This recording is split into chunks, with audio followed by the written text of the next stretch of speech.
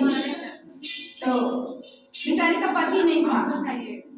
अब शिव मगर काम था उसका, टिकट नहीं कर रहा था, इधर से उधर उसका मन नहीं लगता था। गुरु का शिष्या बन गई थी मगर चर्चा में उसका मन नहीं लगता था। धीरे धीरे समय बीतते गया। बेटा जब बड़ा हुआ तो बेटा का शादी कर दी बेटा का। तो बहू आई तो बेटा बोला कि जो माँ हम जा रहे हैं परदेश कमाने के लिए। तो माँ बोली कि ठीक है बेटा चले जाओ। बोला बहू अपने पत्नी को बोला हाथ जोड़ के कि जो है सोई मेरा माँ ही है, पापा तो है नहीं, माँ बड़ा दुखी है। तुम एक काम करना, अच्छे से 2 रोटी बनाना, माँ को खिलाना, साथ में खा करके रहना। तो कुछ सास होती है जो माँ बन जाती है, अब कुछ नहीं बन पाती है। जब वो चले गए परदेश कमाने के लिए तो बोली सास से पूछी कि माँ खाना क्या बनाए। तो बोले कि आटा ले आओ, हम नाप करके दे देते हैं। बेचारी डब्बा लेके गई, थाली लेके गई, आटा नाप करके उसको दे दी। बोली इतने में बनाना है। बनाई, अच्छा रोटी ढेर सारा बनाई, बना करके बोली सास को कि बन गया। तो बोली कि ठीक है रोटी ले आओ, 4 ठो खा ली, बाकी को त्योक के रख दी। बोली इसको रख देना, सुबह खाएंगे। बहू सोची कि बोली तोप के रख दो, हम सुबह खाएंगे, तो हम क्या खाएं। बोली कि नहीं, बोली खाने तो ठीक है भाई। सुबह उठी तो रोटी गिन रही है, कहीं पर तो यह खा तो नहीं है इसमें से। फिर वैसे ही करे, बोली जो रोटी बचल है लिया हम खा लेते हैं। फिर देती बेचारी, फिर वही काम की। फिर पूछी दूसरा दिन कि माँ खाना क्या बनेगा। तो बोली कि ले आओ, डिब्बा नाप के दे देते हैं, आटा नाप करके दे दी। फिर बना के लाई, फिर वैसे करे। 3 दिन हो गया। अब बेचारी को बड़ा भूख लग गया। 3 दिन ऐसे ही पानी पी के थी वो। बोली अब क्या करें। वो क्या की रोटी का कोना से तोड़ के, सारा रोटी का कोना से तोड़ के थोड़ा थोड़ा खा दिया। हाँ, एक ही जगह से तोड़ी, अब तोड़ करके खा के पानी पी। सुबह जब सास पूछी कि जरा देखे रोटियां सब है कि सब खा ली है, तो ले जाके दी। तो बोली कि रोटी का कोना कहाँ हुआ। तब वो डर गई।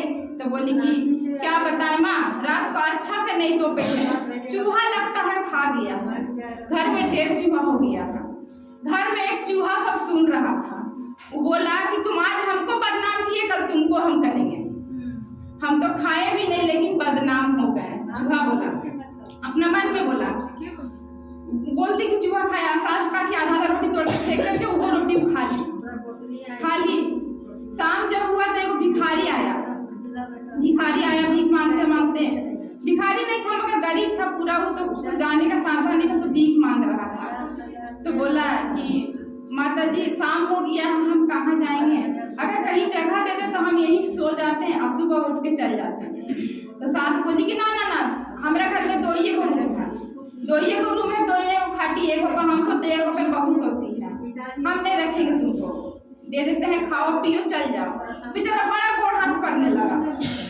यही भुइयां में सो जाएंगे, दरवाजा पे दे दीजिए। बहुत देर सोचते बोली कि ठीक है सो जाओ। एगो उसको चादर दे दी और दुआरे के अंदर छोड़ दी। अब मुसवा साहब देख के था। अब बहू को जब सुलाती थी ना रात को, तो बाहर से ताला मार देती थी। बेटा नहीं था घर में, इसलिए शक का बीमारी थी, ताला मार देती थी। ताला मार करके बहू का चल गई अपना रूम में सोने के लिए। अब मुसवा क्या किया, एक जूता उठा करके भीख मंगा वाला बहू के दुआरी पे रख दिया। सुबह जब सास उठी, पहले उठा, बेचारा देखा कि मेरा एक ही वो जूता है, गरीब था। पहले का लोग जूता को सिलाई करके पहनता था, पूरा फटा हुआ था। खूब खोज रहा कि मेरा जूता नहीं मिल रहा। जब नहीं मिला तो बोला कोई बात नहीं है, एक ही जोड़ा ले जाते हैं, फिर कहीं मिलेगा कचरा में, वो दूसरा तो पहन ले। सास जब सुबह उठी तो देखी कि क्या है, कुछ तो है नहीं। इस दुआरी पे इसका जूता कैसे आ गया। सास पूरा जोर जोर से हल्ला करने लगी। सास पूरा जोर जोर से चिल्लाने लगी कि मेरा बहू मुंह काला कर ली, मेरा बेटा को जाते।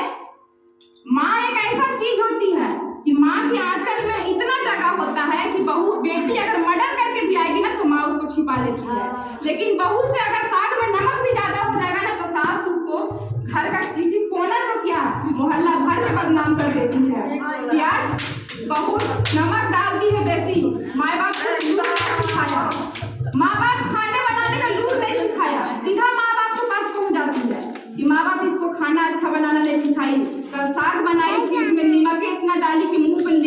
फेंक दिए।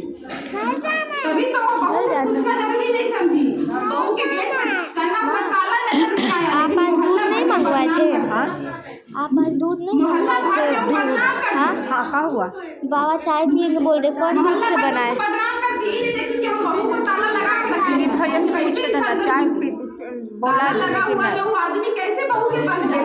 लेकिन वो नहीं देख रही है। लेकिन जोर जोर से शोर मचा के पूरा मोहल्ला कहाँ है इकट्ठा कर दिया। किचन में जो हरियर टोकरी में ढका है? ताला करनी बेटा कहने। मैं छोटा वाला बेटा को फोन की, इतना छोटा वाला जो बेटा को फोन करके बोली कि बेटा जल्दी घर आ जाओ। बोला कि क्या हुआ? बोला कि फोन पे बताने के लायक नहीं है, जल्दी घर आ जाओ। बेटा भी सोचा कि ठीक है, दौड़ते हुए आया तो दुआरी पर बैठ गई और दुआरी पर बैठ करके वो सारा कहानी बता दी। ऐसा ऐसा एक भिखारी आया और उसका जूता हमको दरवाजा पे मिला, रात भर यहाँ रहा, हम तो देखे नहीं। लेकिन ये नहीं बताई कि हम बहू को ताला मार के रखते थे, ताला मार के रखते थे। बेटा बोला कि अच्छा आज रात सोने दो, आज इसको काट देंगे। हम भी हाँ, हम भी ऐसा औरत को नहीं रखेंगे जो चरित्रहीन हो गई है। रात शाम में ना लक्ष्मी माँ का नाम लेके एक दिया जलाती थी। उस दिन क्या की ना, वो ज्यादा घी डाल दी दिया में। सुनी कि पति आया, खुशी से वो हाथ रोक नहीं पाई, ज्यादा घी डाल दी। अब बेचारी इंतजार में बैठी है कि अब आएगा तो खाना खिलाएंगे और खाएंगे, अब आएगा अंदर तो खाना खिलाएंगे और खाएंगे। लेकिन पति अंदर नहीं आ रहा, पति बाहर इंतजार कर रहा है कि कब वो सोएगी तो हम उसको जाकर के तलवार से काटेंगे। ऐसे करते करते सुबह का 2:30 बज गया, वो सो गई। खाटी पास बैठे बैठे वो सो गई। जब वो सो गई तो पति अंदर गया, लेकिन घिया का दी का घिया खत्म नहीं हुआ था। वो कहा गया, जैसे ही तलवार उठाया उसको मारने के लिए तो आवाज आया, इतने ही आवाज आया। फिर वो रुक गया, देखने लगा कि चारों तरफ तो कोई नहीं है। फिर तलवार उठाया तो फिर आवाज आया, तो फिर वो देख रहा है इसको घी तो सो रही है, तो आवाज कौन दे रहा है? ऐसे करके वो 4 बार 5 बार आवाज सुना और तलवार करते करते उसका सुबह हो गया। जब सुबह हो गया तो घर में बाथरूम नहीं था, लोटा लेके वो बाहर गया, नहर की तरफ गया और वो बड़ा सा नदी था जहाँ सारा देवी देवता ना सुबह को ब्राह्मण करते हैं और सब भोर में 3 से 4 बजे के बीच देवी देवता के बीच बात होता है। तो आपस में बात हो रहा था, लक्ष्मी माँ का इंतजार हो रहा था कि सभी देवी देवता आ गए लेकिन लक्ष्मी माँ नहीं आई है। तो जब वो सुबह हो गया, पति उसका चल गया 4 बजे को, तब वो पहुंची वहां पर तो बोली कि यार इतना लेट कहाँ हो गया? तो वो बोले कि एक भक्त थी, शिव का भक्त थी, मगर महादेव तो यहाँ बैठे हुए हैं और मैं वहां उनको बचाने में लगी थी। और जब देवी देवता बात कर रहे थे ना तो महादेव का किए वो सारा आवाज उसको सुनाने लगे, उसका पति को। वो चारों तरफ देख रहा है कि आवाज कहाँ से आ रहा है। तो बोले एक माँ और बेटा था, दोनों बेचारे।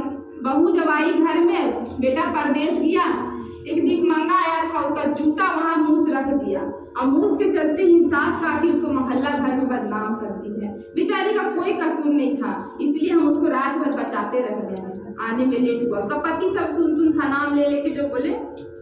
घर आया तो अपनी माँ को बोला कि माँ ऐसा भी वो क्या करती थी आशे के साथ जो आप इतना बड़ा इल्जाम लगा दिए, आप ताला लगा हुआ मैं कैसे उसको बदनाम कर दिए? माँ बोली हमको ये पसंद नहीं थी शुरू से, इसीलिए हम इसको बदनाम कर दिए, हमको ऐसा बहू नहीं चाहिए।